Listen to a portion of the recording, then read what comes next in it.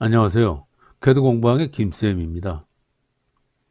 컴퓨터 응용 가공 산업기사 공개 문제 1번 예제를 가지고 이 강좌는 윤곽 가공에 대해서 설명을 하겠습니다.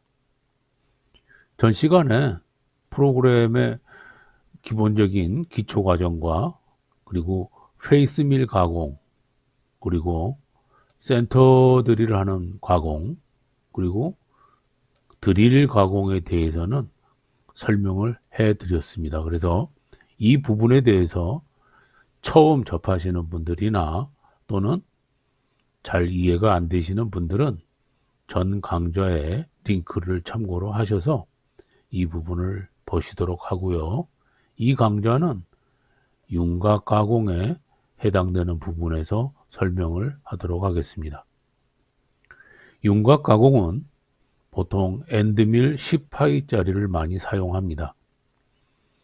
그리고 이 엔드밀 10파이짜리는 보통 일본에 세팅을 많이 해서 사용을 합니다.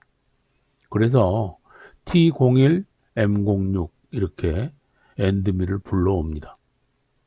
그런데 시험장에서는 공구를 몇 번의 세팅을 했는지 따로 지시를 해 주십니다.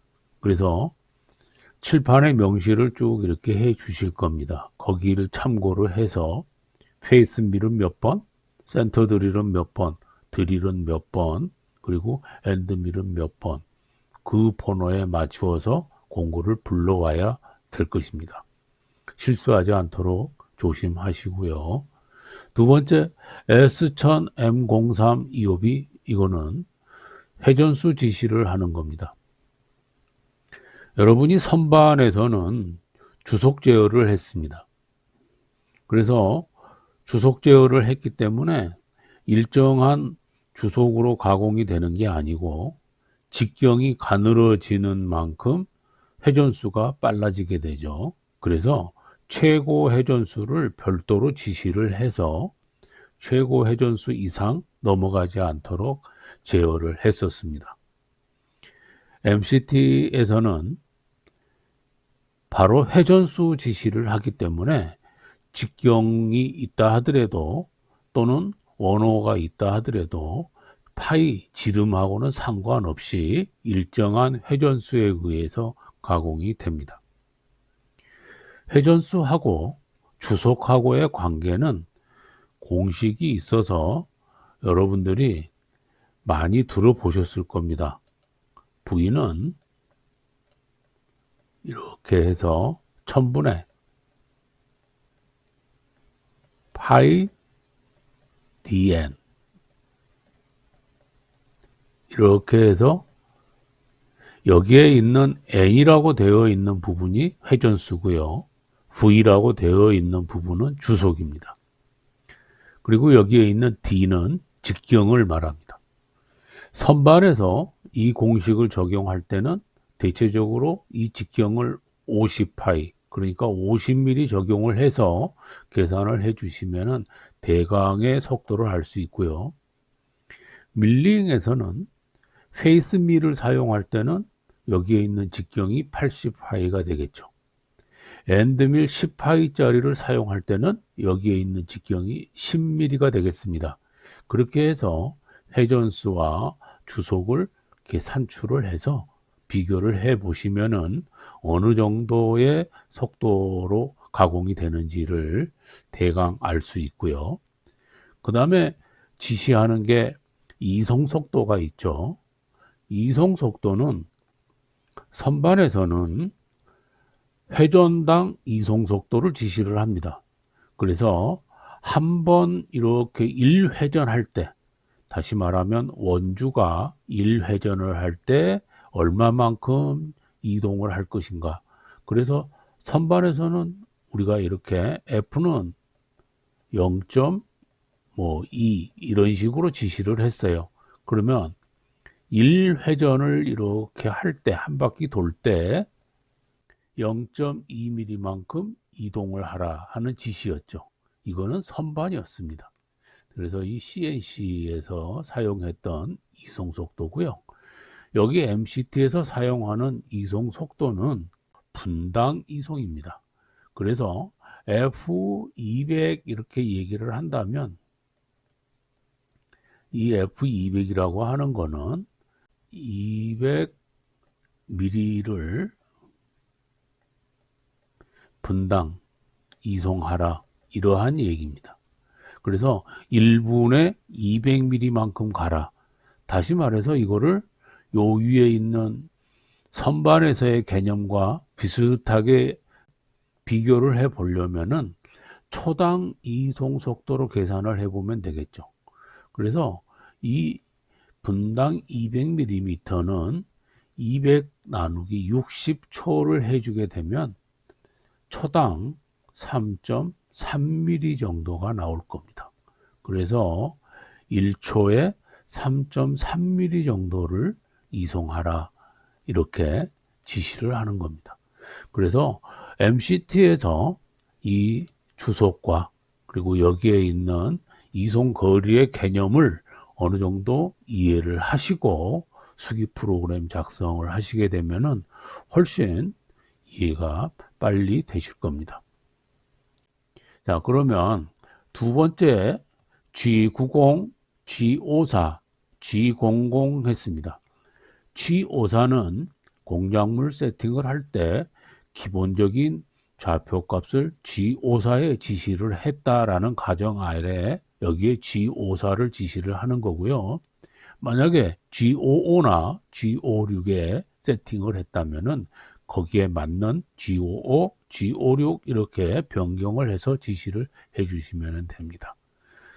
처음에 접근하는 부분은 이 원점을 기준으로 해서 X방향으로는 마이너스 10, Y방향으로 마이너스 10이 되는 자, 요 지점에서 시작을 하게 됩니다. 그래서 X-10점, Y-10점, 252에서 시작을 하고요. 그 다음에 G43에서 공구 길이 보정을 합니다. 그래서 H01 해주고, 그 다음에 G50점, M08, 252 해서 공구를 진입 시점으로 불러오고요. 절삭류를 켜줍니다. 그리고 난 다음에 G10점, 252 해서 안전 위치로 진입을 시킵니다. 자, 그리고 나서 가공을 시작을 합니다. 그래서 G01, G-5점, F200, 252 이렇게 해줍니다. 그래서 G01은 직선 가공을 지시하는 거죠.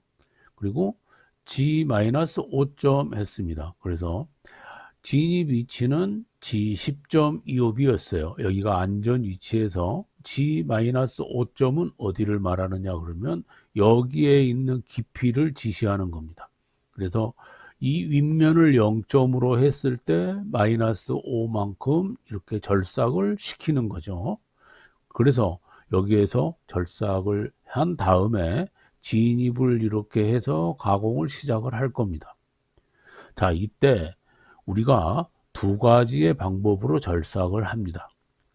물론 시험 볼 때는 절삭하는 면적이 얼마 되지 않기 때문에 바로 절삭을 해줄 수도 있습니다. 하지만 대체적으로 약 1mm 정도의 여유를 남기고 황삭 절삭을 합니다. 그래서 황삭을 먼저 한 다음에 정확한 위치로 정삭 가공을 합니다.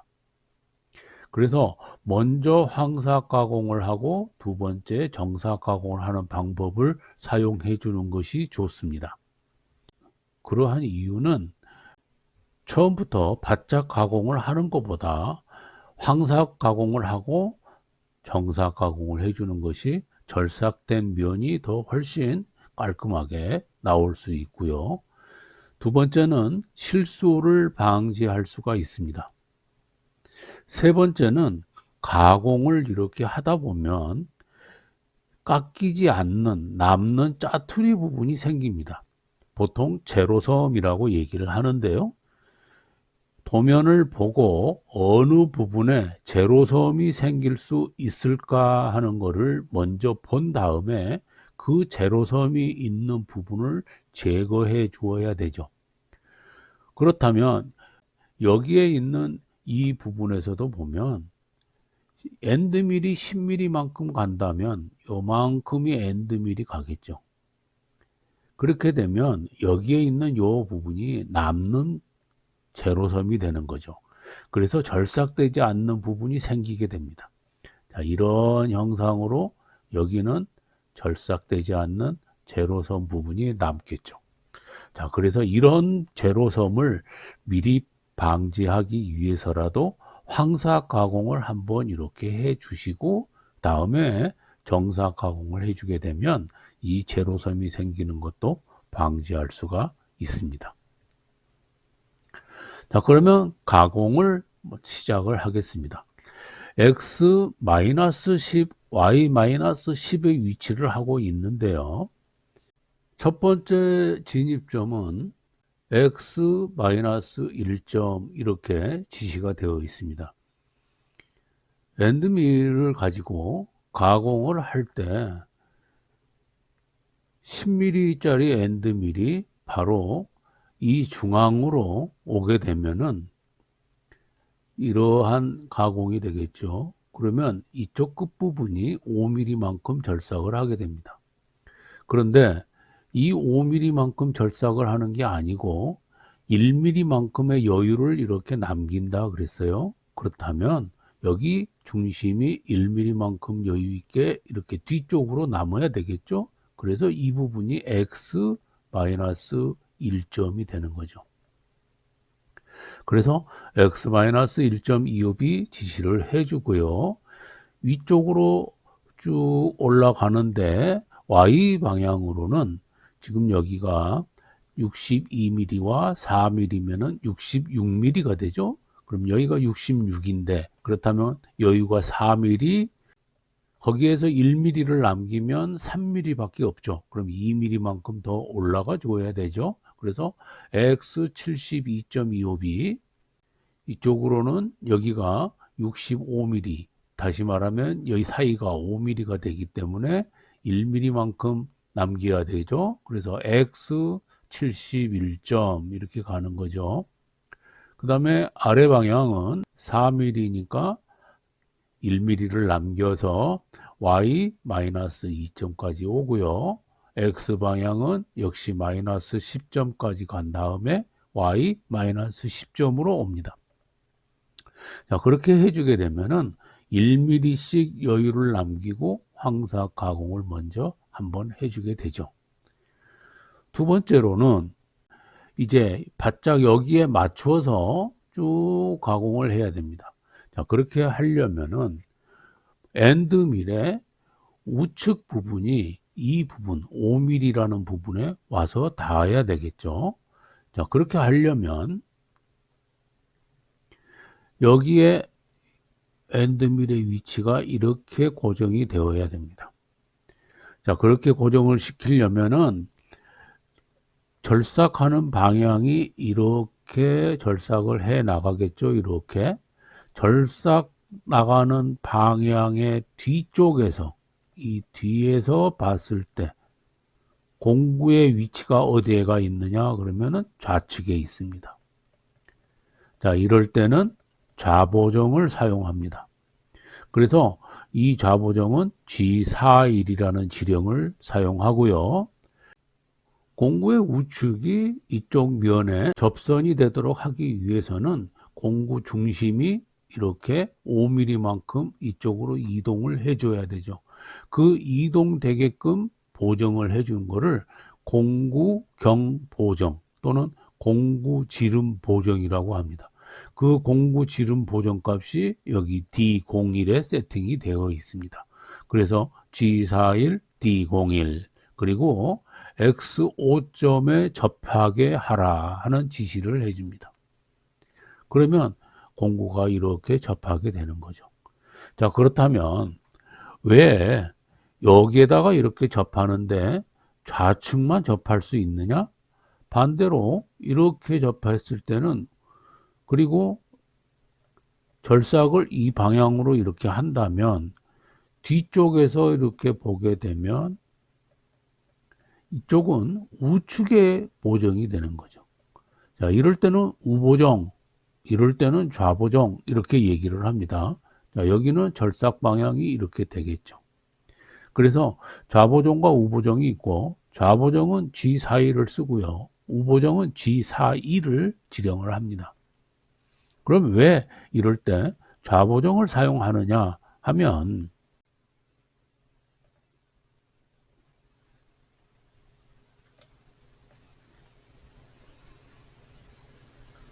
공구의 회전 방향과 이송되는 방향하고 같은 경우는 하향절삭이고요. 공구의 회전 방향과 이송 방향이 반대로 되어 있으면은 상향절삭이라고 합니다. 이 상향절삭과 하향절삭의 장점, 단점은 별도로 검색을 해서 보시면은 자세하게 알아보실 수가 있고요. 이럴 때 하향 절삭이 상향 절삭보다 훨씬 가공면도 매끄럽고 또 절삭하는 방향에 의해서 고정이 원활하게 되고 있기 때문에 하향 절삭을 더 많이 사용을 합니다.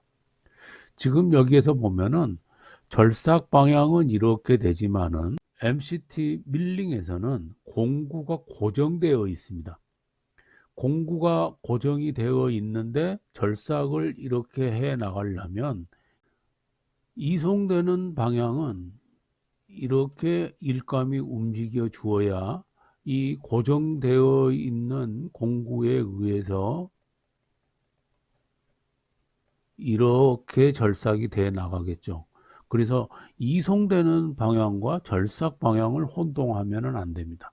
그래서 공작물이 이송되는 방향이고 공구가 회전하는 방향이 같다.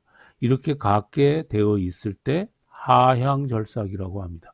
이 하향절삭 방법은 좌보정을 해야 사용할 수가 있습니다. 그래서 공구를 좌보정을 합니다.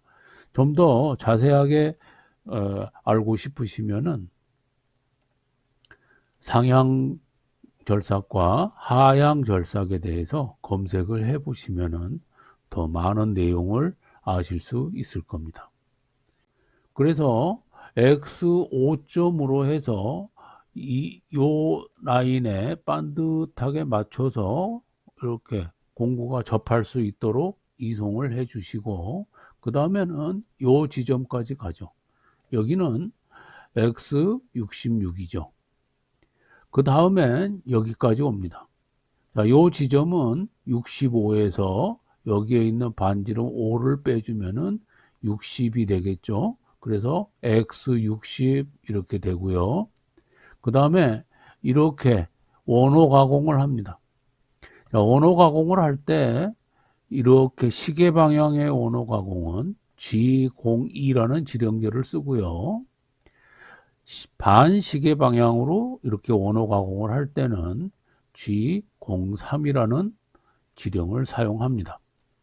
여기는 시계 방향으로 이렇게 오기 때문에 G02 이렇게 해주시고 X는 여기까지 오니까 X65 그 다음에 Y는 여기 Y66에서 5mm만큼 내려왔기 때문에 Y는 61 그리고 반지름은 5mm 해서 X65점, Y61점, R5점 이렇게 해서 이 원호 지시를 해줍니다. 다음엔 직선 가공으로 G01, Y4.25B 여기까지 내려오고요. 그 다음에는 이 지점으로 가야 되겠죠. 그래서 4mm만큼을 빼줍니다. 그러면 65에서 4를 빼니까 X 61점 이렇게 되는 거죠. 다음에 Y는 9mm가 되죠. 그래서 Y 9점 이렇게 가고요. 이번에는 시계 반대 방향으로 원호 가공이 되죠. 그래서 G03 지시를 해주고 자, 요 지점은 X 47점 반지름이 7이기 때문에 R 7.25B 이렇게 합니다. 그리고 나서 G01, Y 4점 이렇게까지 빼주죠. 그리고 X 35.25B 이렇게 해주고요. X 5점, Y 12점 해서 이 위치까지 갑니다. 자, 여기까지 온 다음에 여기에서 바로 x-10점, y-10점으로 갈 수도 있습니다만은, 자, 이럴 때는 여기를 이렇게 원호 가공을 한 다음에 y 방향으로 이렇게 후퇴를 해주는 것이 훨씬 이 모서리 부분이 깨끗하게 가공이 됩니다. 그래서 x 방향으로 x-10의 위치까지 갑니다. 그러면 여기는 5mm고 여기는 마이너스 10이기 때문에 전체 길이가 15mm가 되죠. 그래서 G03 x-10점 R 7.5 이옵이 이렇게 해서 이렇게 원호를 만들어 줍니다. 그리고 마지막으로 y-10 방향으로 이동을 합니다. 이때 여기 위에서 G41이라고 해가지고 이렇게 해서 좌보정 지시를 했기 때문에 이거를 취소를 시켜줘야 되죠. 그래서 G40이라는 지령절을 이용해서 좌보정 시킨 거를 취소시키고 그리고 나서 y-10점으로 이동을 해줍니다. 자, 이제 공구 길이 보정했던 거를 취소하기 위해서 G49, 그 다음에 G00, G100점, M09 절삭류 꺼줍니다. 그리고 나서 M05 주축 정지시키고요. G8, G91, G0.25B, G8, Y0.25B 이렇게 해서 기계 원점 복귀시키고 M02, EOB 프로그램 정지, 그 다음 퍼센트 이렇게 해서 수기 프로그램 작성을 전부 완성을 해줍니다. 자, 이제는 백블로 창을 열어서 공구 경로를 한번 살펴보도록 하겠습니다. 자, 처음으로 돌려놓고 백블로 창을 엽니다. 자, 그래서 소리드 설정을 하겠습니다.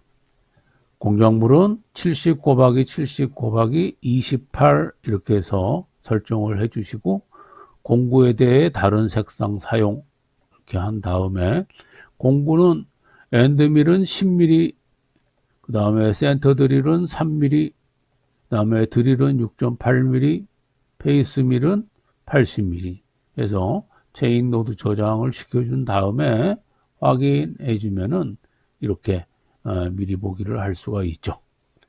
경로가 맞게 되어 있는지 플레이를 해 봅니다.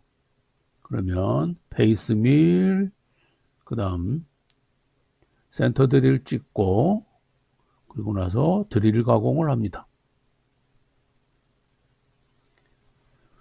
다음 엔드밀에 황삭 가공을 한번 하고 다음에 정삭으로 들어가서 가공을 마무리를 해줍니다. 자, 이상 없기 때문에 솔리드 애니메이션을 한번 해보도록 합니다. 자, 이 상태에서 솔리드 애니메이션을 한번 해서 전체적으로 한번 살펴보도록 하겠습니다.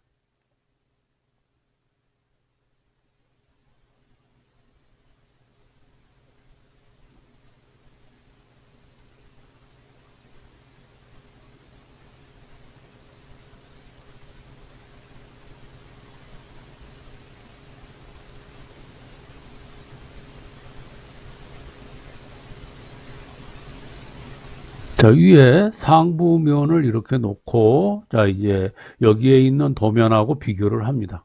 그래서 정확하게 이렇게 가공이 맞게 되어 있는지 확인을 해보죠. 자, 이 다음에는 이제 안에 이쪽에 있는 요 포켓 가공을 해야 되겠죠. 자, 포켓 가공은 다음 강좌에서 설명해 드리도록 하겠습니다.